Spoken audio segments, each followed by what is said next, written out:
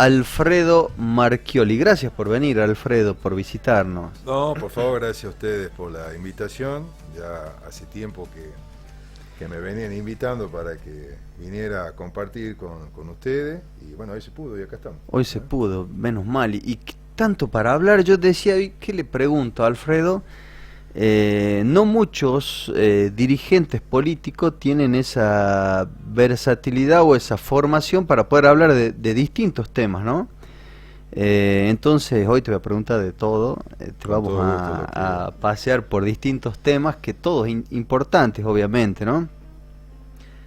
Pero antes empecemos por la parte personal. ¿Quién es Alfredo Marchioli? Qué linda pregunta. Mirá, cuando muchas veces uno también se mira para atrás, yo soy una persona que tengo mucho más de lo que yo pensaba tener. A los 14 años se divorcia mi viejo, yo tengo que salir a laburar, yo trabajo desde los 14 años. Mira. Era barman en Moana los fines de semana, era plomo de una banda que se llamaba Mano Única. Ajá. Trabajé en un supermercado, trabajé de mozo en bares del centro, de la ciudad. Después, como había hecho deporte toda mi vida, trabajé en el municipio como instructor de básquet y natación. Y después me gustó la geología, y en el año 2000, yo tenía 20 años, en estos programas que tenía la facultad, ingreso en la lumbrera. Yo estaba en segundo año de la facultad o tercer año, pero en el medio, cuando yo tengo 18, contraigo el linfoma de Hodgkin. ¿El qué? Linfoma de Hodgkin. El linfoma de Hodgkin es una enfermedad que es un cáncer, no llega a ser un cáncer del todo, no es hereditario, no es contagioso, pero baja quimioterapia, ¿no? Es una afección en los ganglios linfáticos. Es como una degeneración de la célula y después las células van reproduciendo células que no funcionan bien en el cuerpo. Hasta que hay como 4 grados, llega un momento que te hace tanta metástasis que la quimioterapia que te puedan aplicar no. Esto pasó a los 18 años. A los 18 años. Yo tenía el pelo largo, si bien yo tenía, mi viejo y mis 2 tíos eran pelados, yo de los 8 años ya lo había visto pelado, sabía que iba a ser pelado. Pero de todas maneras aceleró la caída del cabello, eso fue a los 18, yo ya estaba en la universidad. Y bueno, entré a trabajar a lumbrera y me abrió el mate, así que todo lo que yo estudié de ahí en más era para aprender más que para probar materia, ¿no? Y después me contrataron otras empresas internacionales que pude brindar servicio en otros proyectos en la provincia de Catamarca, y ahí me nace a mí que también podría haber una consultora a nivel local. Y en un momento Agua Rica se replanteaba la contratación de proveedores, estamos hablando de 2005. Y yo le planteé que en la empresa en la que yo trabajaba, parte de esos servicios se podían hacer localmente, porque incluso como la consultora era internacional, estaba radicada en Chile, hasta los técnicos eran chilenos. Claro. Y había catamarqueños que reunían las condiciones de conocimiento para poder cubrir esos perfiles de trabajo. Y así empezó la consultora que yo fundé en el año 2005, que me dio muchísimas cosas, la formación profesional que me dio con una amplitud tremenda. En un momento hago un estudio de mercado, porque mi hermano trabajaba conmigo, contador, muy apasionado del tema del marketing, del mercado. Me dice, vamos a tener que hacer un estudio de mercado. Dice, porque bueno, si queremos crecer, bueno, digo, pero eso lo vamos a tener que hacer nosotros, no hay otra persona que puede hacer algo tan específico. Claro. Entonces, yo me tuve que poner a estudiar y bueno, ahí advertí que la actividad petrolera consumía los servicios que nosotros brindábamos 10 veces más que la actividad minera, cuando creíamos que estábamos en la cresta de la ola. Claro. Se Y tuvieron que elaborar a otro agarré lado. mi mochilita, me fui al sur. Ajá. Y empecé a entrevistarme con empresas petroleras. ¿Eras alumno todavía? No, ya eras egresado. No, ya era egresado, claro, ya yo me recibí en el 2003, y esto que estoy contando, la empresa se formó en 2005, y el estudio de mercado y el viaje al sur fue en 2008, 2009, Y fuimos la primera consultora ambiental del país de consultar de certificar normas de calidad a través del IRAM. Y bueno, agarré la mochilita, me fui al sur y empezamos a trabajar para la actividad petrolera, nos fue muy bien también. Y llegó un momento que la empresa trabajó en todo el país. Teníamos oficina en Comodoro Rivadavia, tuvimos una base también ahí en Jujuy. Trabajamos mucho tiempo para Mina Aguilar, Minas Pirquita, ¿no? Y en Catamarca hemos trabajado en su momento para todos los proyectos mineros. Pero siempre me apasionó la política a mí. Eso justo te iba a preguntar, ¿en qué momento de emprendedor, de empresario exitoso, decís, me meto en política? Sí, pero es una vocación incluso preexistente a la de emprendedor, porque yo en la escuela secundaria a los 14 años, en ese mismo momento que yo contaba, armo una lista para conducir el centro de estudiantes, decimos, segundo año. Ajá. Decimos, vayamos nosotros cuando íbamos a la secundaria, el pibe de segundo año, si vos estabas en cuarto y quinto, no le daba ni la hora, ¿me entendés? Pero porque así es la adolescencia, claro. No es que en esta generación haya sido distinta a las actuales. Y ya presenté una lista para el centro de estudiantes, me fue bien, para lo que uno podría llegar a haber aspirado, y después, bueno, colaboré para que se formaran centros de estudiantes con otras personas, ¿no es cierto? Y después fui vicepresidente del partido en la juventud entre el año 2004 y 2006, ¿no? Entonces siempre estuvo la actividad política, siempre me apasionó como una herramienta de transformación. Yo siempre digo a los dirigentes, porque a veces en la política hay mucha gente que va a militar con la aspiración de tener un puesto laboral. Yo le digo, bueno, mirá, vos podés tener la suerte, pero si estás en política solamente por eso, te va a frustrar, porque esto no todo son caminos de rosa. Y la política necesita gente de vocación de servicio y con compromiso a lo que hace. Pero hay mucha gente también, ¿no? Va como en el camino que vos decías, como el camino más rápido, de decir, bueno, capaz que la política me da este puesto de trabajo y listo, y en realidad va por otro lado la política y la gente que realmente quiere hacer política. Sí, y vos sabés que hay un contexto también, ¿no? En Catamarca no tenemos muchas oportunidades laborales. Entonces, bueno, es razonable que vayan a la política a buscarlo, porque el Estado es el gran empleador. Sí. Yo les voy a contar una anécdota. Yo, una vez que pierde el Frente Cívico, yo había dejado de hacer política activa porque había tenido una frustración entre el 2004, ¿no? Incluso yo era parte del movimiento renovador, que era el sector interno que pertenecía o llevaba o tenía como referente a Brizuela del Moral. Bueno, dejo la militancia activa, no me voy mal, nada por el estilo, pero me voy a trabajar en el ámbito privado. ¿Qué te frustró? No, me frustró porque en ese momento había un grupo de jóvenes que estaban más cercanos al gobernador, que me veían como amenaza, y era constantemente la zancadilla, los palos, las piedras, como más o menos hoy. ¿No? Sí. Porque, bueno, había una consolidación de liderazgo, yo lo entiendo eso, ya la conozco, y no tan solo me pasó en la política, me pasó con los colegas, tengo una personalidad en eso, voy muy para adelante, muy inquieto, y a veces eso, bueno, genera molestia, es como la ramita que supera la línea del ligustrí, que ¿no? Incomoda. Entonces yo lo entiendo, no me molesto, soy totalmente comprensivo y tolerante, yo no voy a hablar mal de nadie, mucho menos públicamente, y ni lo hago en el ámbito privado. Pero volviendo a lo más interesante de la anécdota, yo formo un sector interno después de la pérdida de Frente Cívico con el anhelo de renovar la política. Eso se demoró mucho más de lo que yo creía, no por mi espacio, sino la propia renovación del Frente Cívico. Pero en el 2014, yo quería acercarme a los jóvenes, entonces la mejor idea que tenía era poder ir a la Plaza 25 de Mayo los viernes a la tarde y conversar con ellos, conversar qué es lo que les pasaba, qué es lo que les preocupaba, qué es lo que miraban que había que corregir o qué es lo que había que hacer.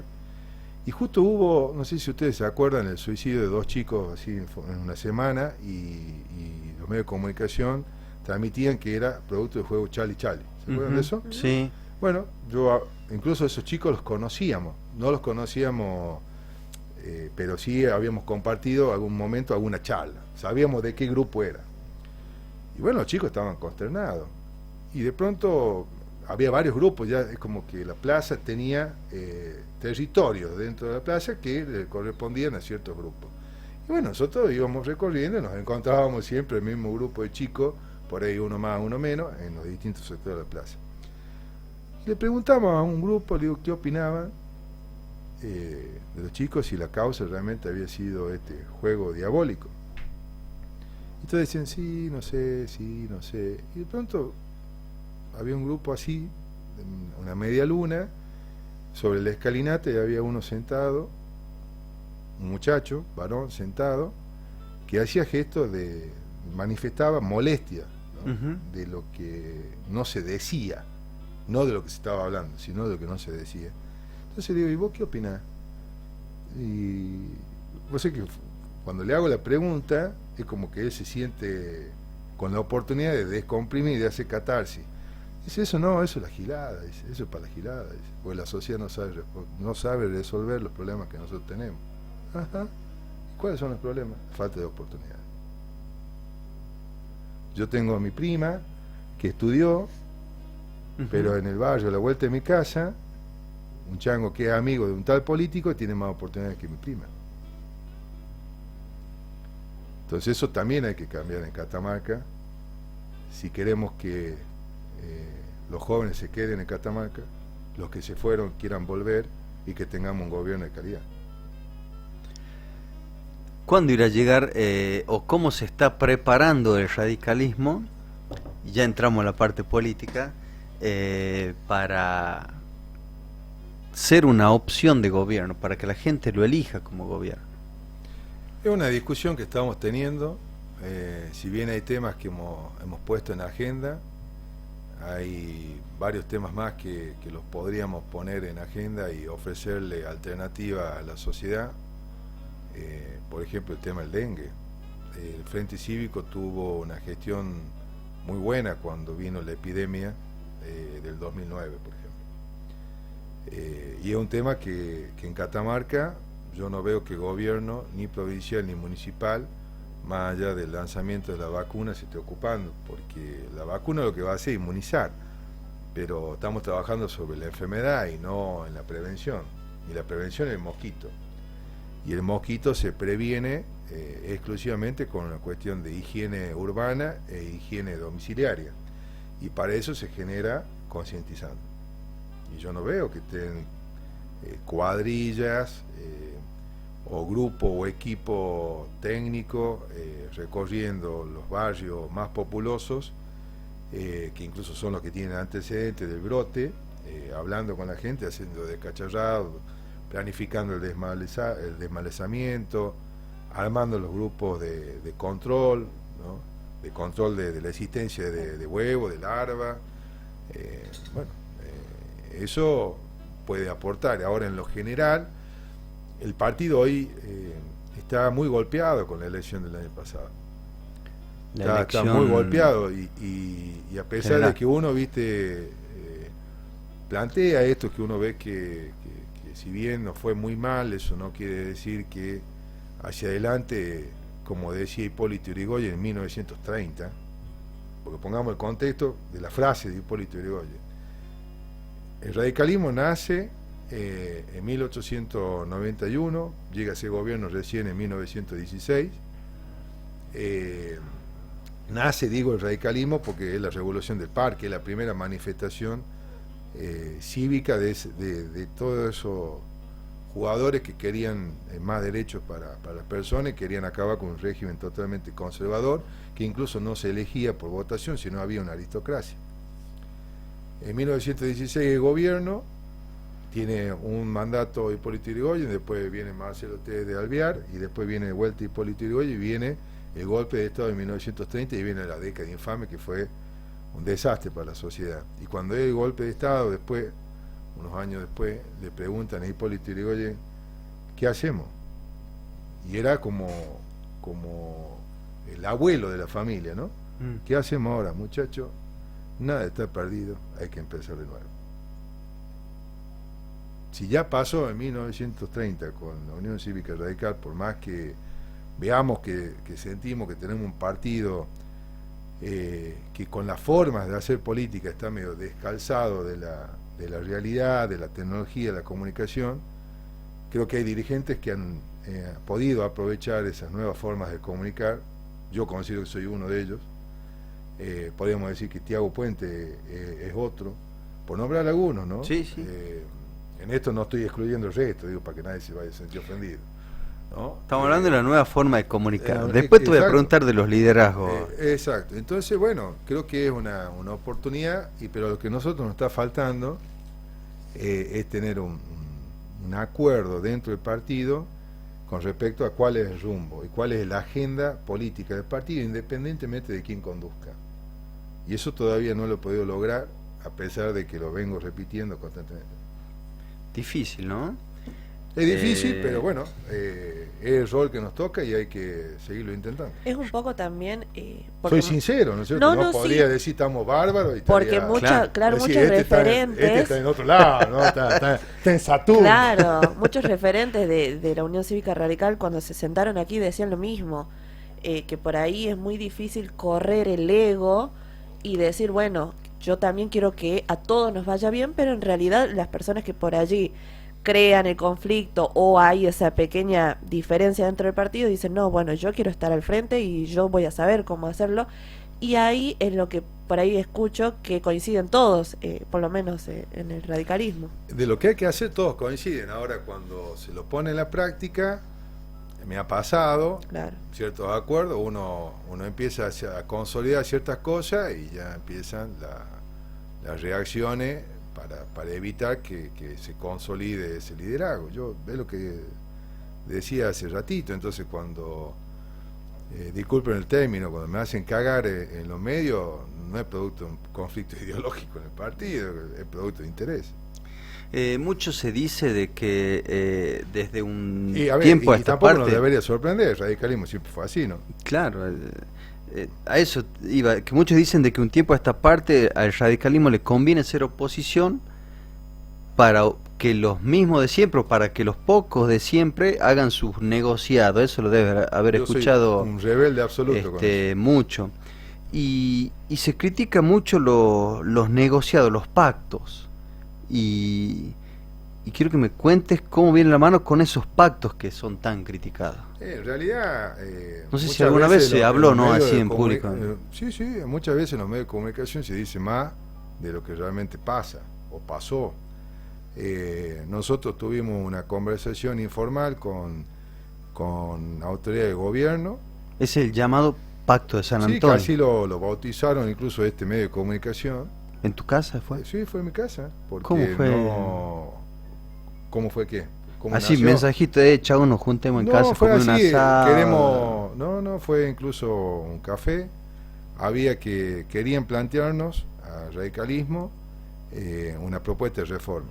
¿Del gobierno? Sí. ¿Te escribieron? Sí, de gobierno. En ese momento el ministro de gobierno. Y yo lo que hice es convocar a las autoridades del partido, ¿no? Porque aparte del presidente hay dos vices. Claro. Convoqué a las autoridades del bloque y convoqué a la oposición del partido. Para que no se te arme el lío después. Exactamente. Exactamente. Entonces estaba representado todo. Y después se socializaba qué es lo que se receptó ahí. Y ahí estuvo se habló de la modificación de la Constitución. No se habló de la modificación. Nosotros hemos receptado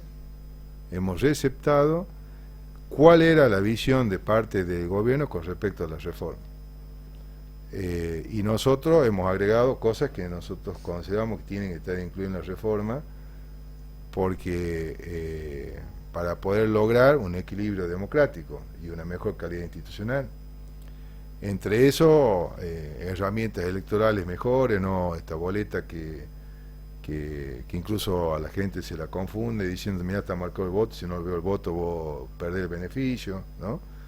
El tema de la representación de la minoría, el defensor del pueblo, regionalizar el Senado, se hablaba de la reducción de diputados, había varios temas, pero no hubo ningún pacto, porque el pacto vos tenés que cerrar un acuerdo y después cumplirlo. Y en realidad lo que se habló fue una primera conversación, eso se socializaba después para adentro, pero bueno. Para dentro del partido. Claro, además hubo esa propuesta, pero después, bueno, hay gente que directamente decidió reventarlo a ese proceso y, bueno, vos tampoco podés forzar las cosas, ¿no es cierto? ¿No? Claro. Pero yo, a ver, hoy no me sentaría con el gobierno a conversar nada, porque... ¿Considera que fue un error aquel? No fue un error, no fue un error. No fue un error. ¿Por qué va a ser un error poder conversar sobre la reforma de la Constitución? Claro. Les pregunto, chicos, y a la audiencia, quieren institucionalizar cualquier tipo de acción, y primero lo que se hace es conversar. ¿Que va a ir a la asamblea de una? ¿Vamos a ir directamente a la elección de constituyentes? No, es decir, hay que darle un orden institucional para que eso se haga de la mejor manera. Les pregunto, ustedes, para armar el programa, se han juntado primero a decir, bueno, ¿cómo lo vamos a armar? Bueno, esto es exactamente lo mismo, esto no es una cosa de que uno pueda tener una reunión con dirigentes del oficialismo para discutir un tema, porque aparte ya habían pasado las elecciones.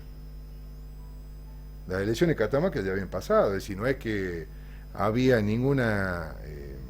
cuestión que uno pueda llegar a ver afectado la identidad y la representación de cada uno. Y ese era el momento, hoy ya no es momento. Aparte estamos pasando una situación económica muy difícil, entonces el momento para haber avanzado en la posibilidad de llegar a un acuerdo para reformar la Constitución fue en aquel momento, para que inicie el proceso. Hoy ya no es momento. Hoy hay que resolver otro problema que una reforma no va a solucionar esos problemas.